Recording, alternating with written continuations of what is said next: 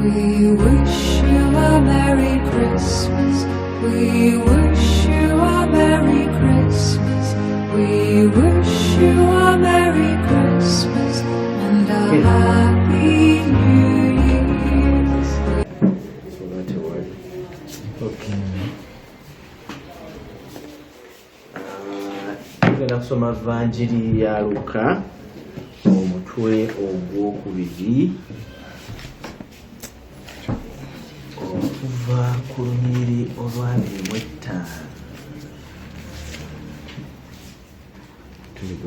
okuva ku lunyiriri olw'abiri okutuuka kwana.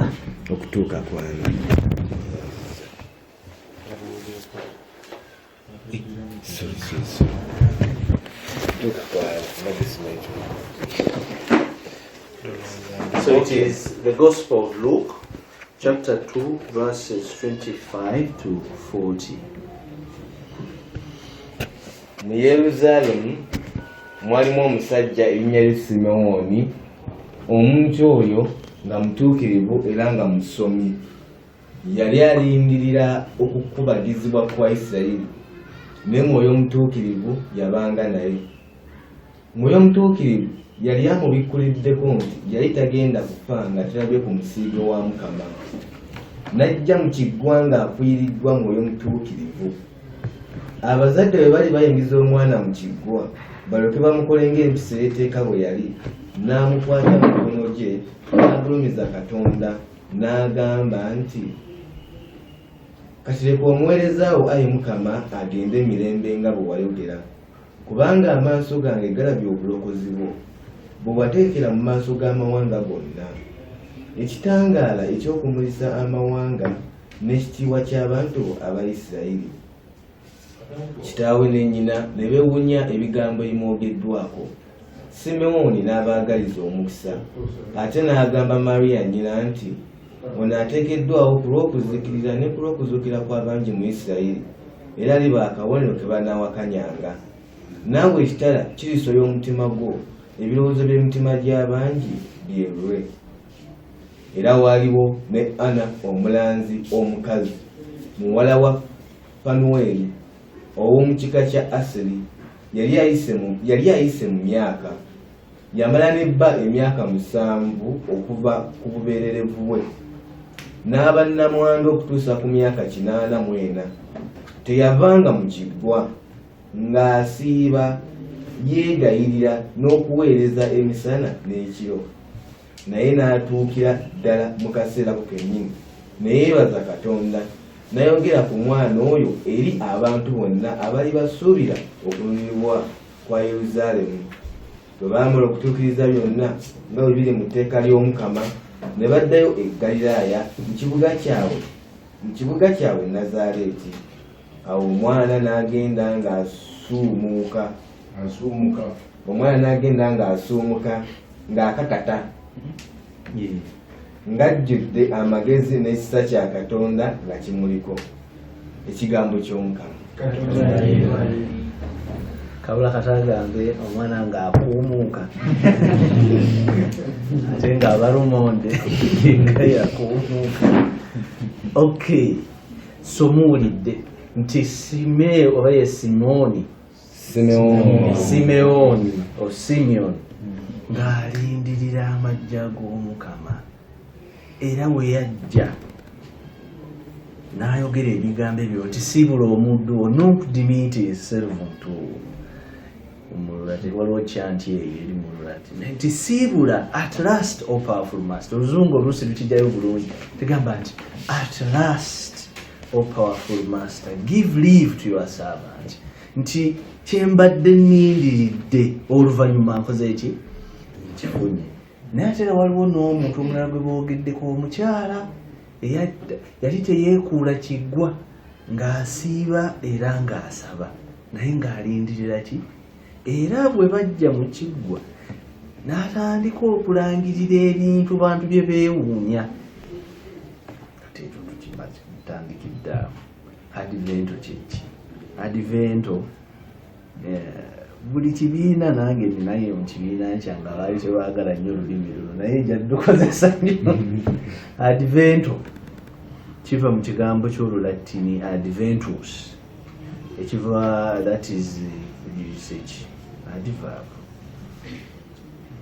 oba mu verb yandibadde advenire to arrive to come kati adventus means arrival. Kereziya yagiteekawo nga tutandika omwaka omupya naye advent season eno eyabuliddwa mu periods bbiri. Ennaku ezisooka paka nga 16 tutunuulira nnyo amajja ga Yesu Kristo ag'okubiri era bw'oba olaba amasomo gatambulira awo tegakwata nnyo ku mazaalibwa ga Kristo, gakwata ku biri ebirijja. Obuli naddala essomo eryokubiri ery'olwaleero lyansanyusizza nga lyogera nti olunaku olumu muba mulinda muleme kate kutandika kuzibalanga abakola ki nti olunaku olumu olwa Kristo n'ennaku 1000 kyekimu. So nti temutandika kubeera so kyebandiise anxious. Nzijukira waliwo akantu kali ku status yange lumu bbanga lisendo zange emyaka ebiri waliwo yakansindikira nenkateekako naye kagamba nti nkulinde nga nninda ne Yesu amaze ebbanga eryo nina okulondawo babiri okulinda bakulinda Yesu. So I've already tired of waiting for Jesus. You expect me to wait for him?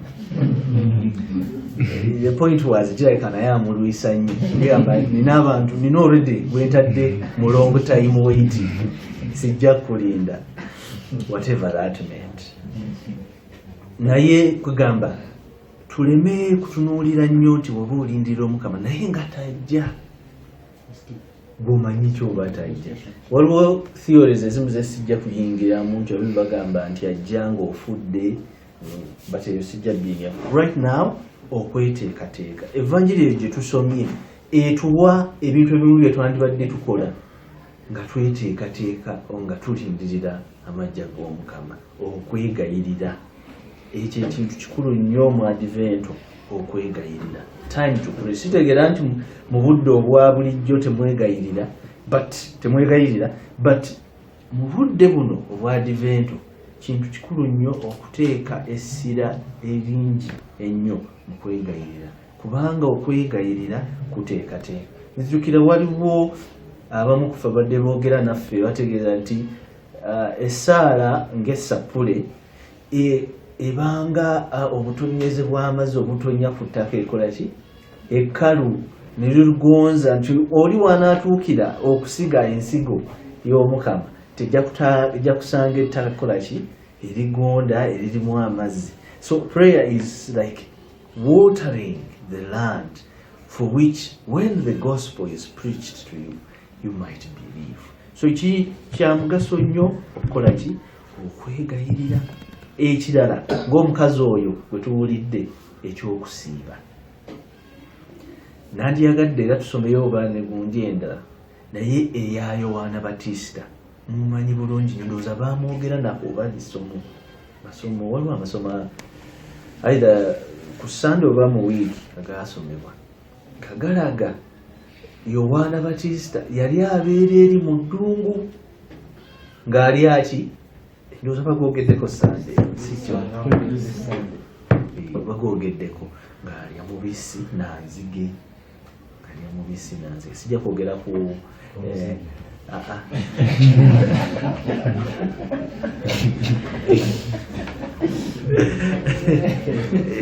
kale nazo sijja kuzoogerako ezo naye sijja kwogera ku health benefits naye naba scientists bagamba there is a lot of health benefits. Waliwo tribe nerabidde civilization mweri naye oba bayindi but there's a certain plan they only live the whole day afuna glaasi ye namba ey'omubisi n'agunywa then they walk the whole forest hunting I think for more honey and all other things without taking food the whole day and they are not hungry then nebakomawo olweggulo ne balyoka bali nengamba okay it seems it is kubanga munda muli alegamba naye omuntu abeerawo atya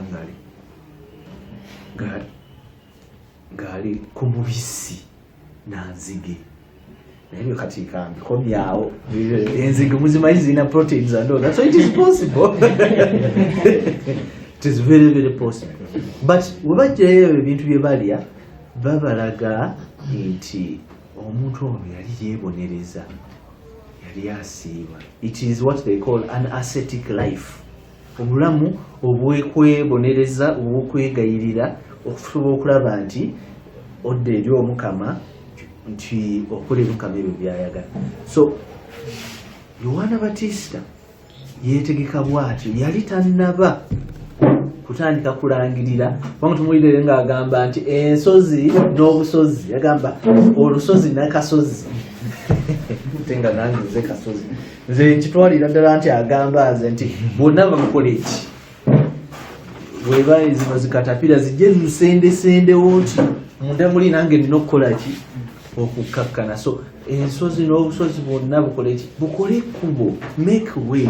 Niyo Yohana Batista yagamba. And how do you make way? Through prayer, through penance. Now there are very many acts of penance, but one of the most official ways of penance esooka eki penitensia. Si kyo bannange? Yes. Sakramentu eyo kkulu, ogenda n'onaabako. Waliwo eyakola nagira ku gurupu wano, okibuuza yali kiwanuka siguli mukulu wo, yagamba Blessed Carol put his challenge, going for mass every day, going for confession every week, praying the rosary daily, etc. Ebintu ebyo nze challenge ekyannemye, simanyi oba mmwe, naye ebintu ng'ebifaanagana ng'ebyo, eyo challenge of praying, of penance and of doing good things. Kakati endala practice of penance is doing charity, almsgiving, helping the needy. Tuwulidde leero omumisa abagenzeeyo nga balanga akabbo ka Laazaalo, waliwo okuleeta engoye, muleme kuleeta ziri ez'ebituli bla bla bla, oba ebisiimuula, ebintu ng'ebyo. Giving the needy is also another act of penance. Okay. So you may not necessarily give the needy, but doing acts of charity, giving gifts. Okay. Now this is Mother Teresa yatugamba nti the poor are not your dustbins. Olabye ebikulika bino oteeka muno gyayo ekintu ekinakuuma nange. Yagamba nti buy a new shirt to woman. They are not dustbins. Bintu ng'ebifaanagana ng'ebyo. So giving gifts, it is an act. Kugamba bwe budde omuntu yandibadde alaga omukwano, ayagaliza munne ebirungi, ate ayamba n'abanaku. This is also, by the way, now that I remember it, today is the feast of Saint Nicholas, right? Today they commonly commercialized the Santa Claus, or we meet a Father Christmas. It is actually a very Catholic tradition, so you should re-evangelize the people. Father Christmas is actually Saint Nicholas. Temubiteeka munyo this commercialization. Era naye yali agaba ebirabo, ndowooza inza bafunirayo wano ka quotation kamu. Omukulu ye Saint Nicholas, Father ni? Yes, he was bishop. So normally those days bishops even up to today. I don't know about that. The issue is not Chirevu. The issue is that he's a saint of the Catholic Church. Chirevu is Sakala ebintu mubi trivializing ate kakati mutunulidde kiba naye yes. So and naye during this season yali agabanga nnyo ebirabo n'agenda ng'abigabira abaana abalungi abakoze eki ne Christmas. So it is also a period where you share gifts. Mumutima omulungi ogamba nti nze bwenkuwa naawe olina okukola ki? No, you just an act of good faith. So prayer, penance, doing charitable works are very important. That is entirely eri mu season mu first part of Advent. Okuva yatandika ndowooza nga 3 November paka nga 16 tutunuulira gali amajja g'Omukama. Amajja g'Omukama lwalijja simanyi nalowooza nawulira twali tuyingira 2000 nti ajja teyajja sanga alijja mu 13 but that is him to decide awalijja njozo kikwatagana ne ekyamagero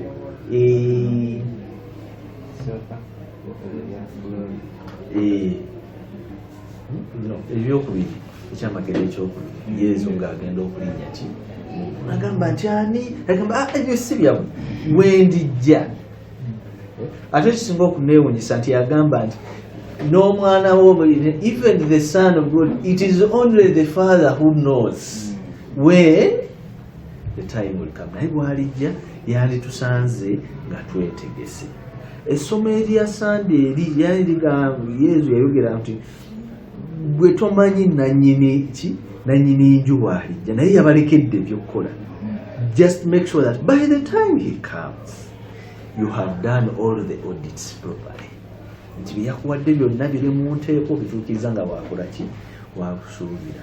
The question is, are you ready now? Are you ready when he comes? If he comes, waliwo akayimba akagamba nti the answer my friend is deep in your heart.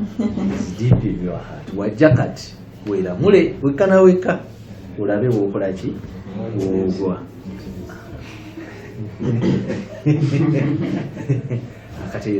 Your first part.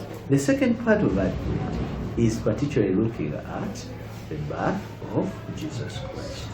Which many will note the birth of Jesus Christ happened a long time ago. But you still see, even Mary herself was preparing herself once she received the news. Okweteekateeka. Last week Kalumeri abagamba tumudde nga buno mwandibadde musoma ebikola bikola ki ebyessanyu ng'oyongera okukola ki okweteekateeka.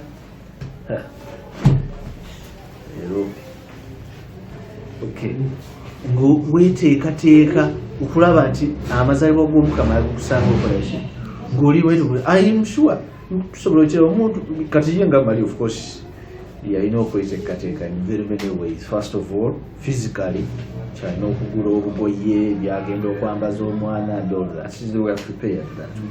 But she was also already, luckily for her, she was already spiritually prepared from her conception. What we could call it kukuza immaculate conception tiye bamuteekateeka naye ate ffe tulina obuvunaanyizibwa okwerwanako nga St. Augustine wagamba nti Katonda yakutonda teyakwetaaga okukola ki okutonda naye ate mu kulokola he needs your what?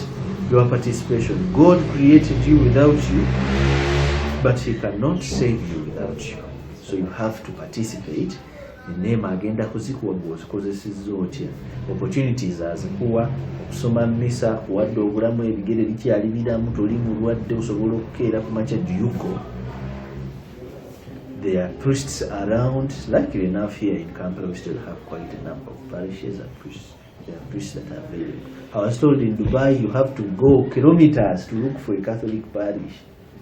They are not everywhere, but they are Christians there. So kati gwe ojja kugamba nti nalisi bafana baali tebalabika, they will bring someone. Bafana batera kulabika waliwo ebigo eyo waliwo bemanyi kati yo mukasana luweru nga father bamulaba omulundi mu mwaka si lwakuba balaga ejjavu nti tebakola, but the parish is just too big. Mwana atuukira asome atuuke eyo gye muli.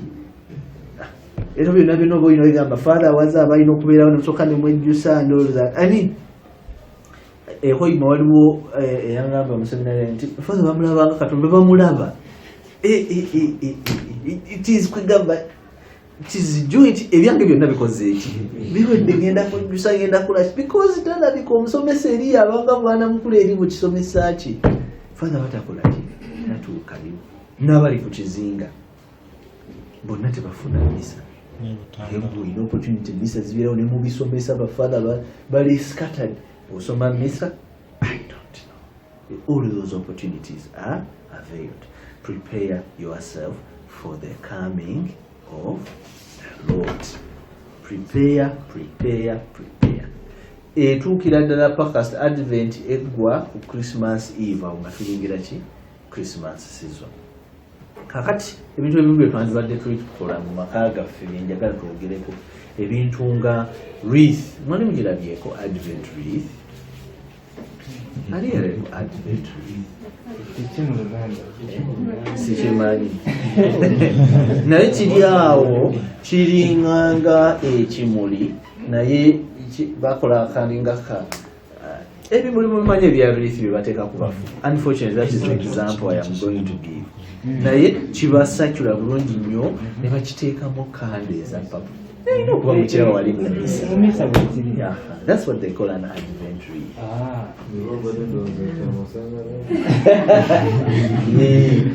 Era nakyo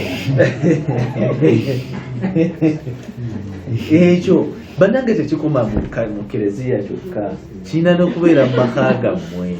Kisoboka okubeera mu maka gammwe. Osobola okufuna ng'obukomero obwo n'okukakola ine circular way, n'ofunanga kabaketi akataasa oba akabba balungi n'okateekamu omusenyu bulungi, eyo wreath n'ogiteeka kungulu n'otandika okuteekamu kando ezo zibeera 4 oba 5 kisinzira. Eyokutaano yebeera enjeru gy'okoleeza ku Christmas Eve, naye zibeera 4 zonna nga zikulaga ti kati tuli mu second week era mulaga eyokubiri ekola ki. Kati eyokuna eyinza okubeera pinkish eraga gaudete Sunday y'essanyu nti batandise okulangira nti munnanga akola ki azaalibwa. Era mujja kulaba nti this is a very interesting. So these candles or this wreath, Advent wreath, ogiteeka mu makago, it is also a reminder for you to follow up. Yogamba kati tuli mu budde bwe tuti, kati tuli ku Sunday eno theme eriki obulamu bwange. Weteerawo ka theme ono gamba this week what have I done for Christ before he is born. Kati obuntu obwo obuteekawo paka baluwa bakateeka mu Sunday baba bagenda okusoma oba okulya emmere ne basooka ne basomako essaala ezo then ne balyoka balya, oba after supper ne balyoka basomako essaala ezo. Such a thing. Neerabidde okubalaga ekifaananyi, okufuna ekifaananyi. Sentimbaaga seminary eyina ekifaananyi kye yakuba muti va ku Christmas tree, naye guno omuti guliko ancestry oba obujjajja bwa Yesu. Butandikira eri okuva ku Abraham bwe bugenda nga bukkirira paka bwe batuuka ku Yosefu ne Maria abazaala ki Yesu. Ako nako akantu kajja nnyo mu Advent n'okateekawo okulaga Yesu gy'akola ki gy'ava paka wazaaliddwa, okubalaga abantu abo bonna bye badde bayitamu. Kati ffe tukalabe kati ogenda okulaba waliwo amannya agamu g'ogamba bano nga munnamulayo omuntu wandigambye nabo balina obukakwate ku Yesu, nti balina kakwate ku Yesu naye nga baakola obuntuntu obutakola ki obutajja naye baakola ki. Era obujjajja bwa Yesu mulimu ne Solomoni oba ne Dawudi muyinza okugamba nti si ye muntu omutuukirivu ennyo, naye ye mulimu n'abalala awo ba Jese, mulimu ba Yehosafaati bwe mutamanyi oluusi bakabaka bali awo abaddirira kusinze okuva ku Solomoni, waliwo n'abaasooka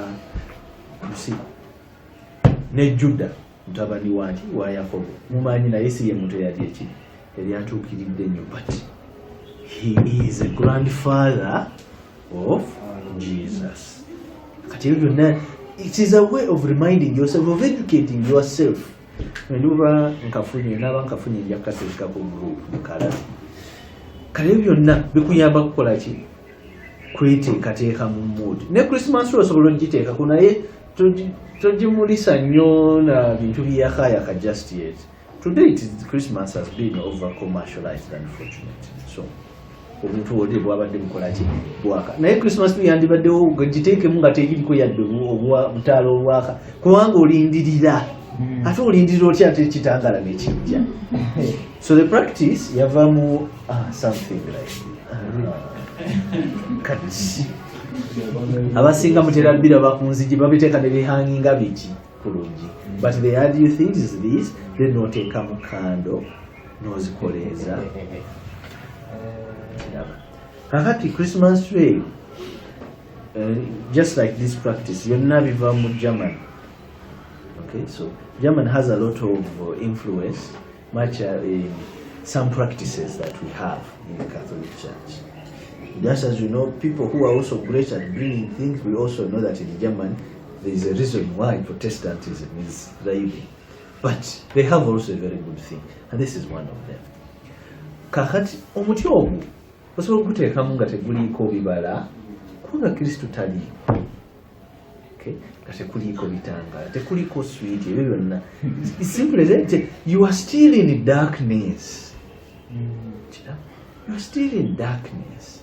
Now, as the season comes in, kati nga ku Christmas Eve, abantu badde oteekako obuntu obwo n'ogenda bati kati azaaliddwa. Ng'azaaliddwa. Awo n'olyoka olaba kugamba something becomes beautiful. It is simply showing us nga tekuli butaala nti ensi yali mu nzikiza. Kati ogitaddeko obutaala nti ekitangaala kikoze eki. Kizze mu nsi. So it becomes beautiful and all that. All these things are trying to remind you. Ekirala ekiri obvious ndowooza kimandibadde yeki gundi ekisibo. You can have ekisibo kyandibadde bweki naye nga tekiriimu ki. You just start preparing for it. Don't put it there. Naye tandika okukola ki? Okukiteekateeka ofune ne wonaakola ki? Wonaakiteeka. Nti ku Christmas Eve utandika okuteekayo ebintu ebyo. All these are preparations are trying to remind us. Kereziya ebintu ebyo ebiteekawo si lwakuba nti byo bye bikuyamba in themselves. Naye bikujjukiza, bikuyambako okweteekateeka, to be attentive. Ate oba olina abaana abato, they are always very attentive when you do these things. Washuye okoleezezza eyokubiri. Obadde bagamba zonna zikonagamba akoleezaako emu leero. Teyo yonna wiiki ng'alaba okoleezaako emu. Okoleza eyokubiri, they will ask. They will ask why you are not putting lights on the Christmas tree. All these things will help you. Kakati bajja kubuuza why you are giving alms giving, or why you are doing more prayers than usual. All these things help you to prepare for Advent. Now, Christmas in Getuuse, definitely. It is all merrymaking and all that. Yes, Christmas, Christ is born and all that. Season eyo bekyusa kati tuba tuli mu Christmas era tukyali mu joyful mysteries. We are celebrating the birth of Christ. We are trying to make sure that Christ is also born in our lives. Ezo season ejja kugenda paka tunaabatiza Yesu akula mangu ku 25th paka kasita abatizibwa aba akuze nga kiwedde nga tuddayo ki mu normal time. So basically, in summary, these are the things that you should be doing during Advent. Prayer is very important. Finance is also very important. To prepare yourselves. Mu misa, wuliriza nnyo ebyo ag'amasomo galina kye gagenda okuyigiriza ku kyewandibadde okola. The attitude you should have in Advent. The attitude you have in Advent, like mu period eneesooka. Jukira nti Eklezia tulina bye tuyigiriza ebya about the last things, the four last things. Death, judgment, heaven or hell. Kati Yesu wajja kati. Ekyo kibuuzo, it is a very nagging question to be honest. Yesu wajja kati. Ngenda mu ggulu oba ngenda, the other way around. Kubanga purgatory is, I'm assured of going to heaven. It's just that I'm being delayed in a painful way. Yes. And unfortunately, I also don't want purgatory. Abakulu wano boogera ku purgatory ne ngamba, it's not a place I want to be. Not one day. Okay. Yes, so we can prepare for all these things. The other thing that I'd like you to remember is that this period also has indulgences. Which period doesn't have indulgences? Which is naye wano waliwo ebintu bingi obweteekateeka obulungi ozifuna ennamba yadde enzibu nnyo ozifuna ye ate ne weziba nzibu nnyo bw'oba mbadde ozireka kati nga Immaculate Conception osobola okufuna n'oyeba Sunday era n'ofuna Christmas w'enaatuukira era n'ofuna era nga tezimala okugjako nga munange as we are human nti oba ogattagattako okolaki olukuzza emabega. But really this is also another opportunity for us to get intelligences, but we don't simply we start doing these things simply for intelligences. We do these things because we love God. That is the most important thing. Mu Advent muno mwandibadde ovuddemu nga you love God more. Your love for God must be more. Yadde toli mukazi, yadde toli maama, yeekyo okyali muwala, prepare for the birth of Jesus Christ when the time comes. Prepare. Yadde gwe togenda kufuna bugoye bwa mwana muto, gwefuna akagoye akalungi ak'omwoyo okatereeze yesu wanaakolaki wanaazalwa. It is very, very important. This is a period where sagagiyita maternity leave naye something like that. Omwami n'omukyala beeteekateeka kubanga this is the last month expected for. The sad thing nti yesu yajja naye nga there was no room. Ekyo kitegeeza ffe yesu n'agenda n'azaalibwa ewantu ewalala naye nga gwe wuwo ojjudde whatever everything other than what is important. Ojjuzza mwoyo ogujjudde ebintu ebirala byonna n'okusingako ekikulu kino tokiina. So that should be a very kwegamba ekintu ekyandibadde kikumotivating ennyo okola eki ogambe nti tulunze yadde eri Betelehemu yazaalibwa mu kisibo nze ajja kuzaalibwa mu ini yange. The other sad thing is that if he comes the second time, in this period, the first period of Advent, he came when he first came, no one was ready for him. But if he comes the second time, and you're not ready for him, mercy stops when you are still alive. Once you die, you can no longer do things for yourselves. Maybe others who have mercy on you will pray for you, especially if you're in purgatory. But it is very sad if God finds you and you cannot actually stand up to account for what you are. It's very sad. So now since it is the beginning of the liturgical year, you can always say, this liturgical year, obeere wanjawulo. Omwaka guno gonna ogwayo ebintu gye omupya obegwanjawulo ng'okyuse mu bintu by'okola. So this is simply all a matter of repent, convert, prepare a way of the Lord. That is Advent. That is the most core thing in Advent. Food is also important, clothing and all that. Those are good things. But besides, the first people that celebrated Christmas were shepherds. They were not the Magi. The Magi came after. The shepherds were the first to go glorifying God because the Lord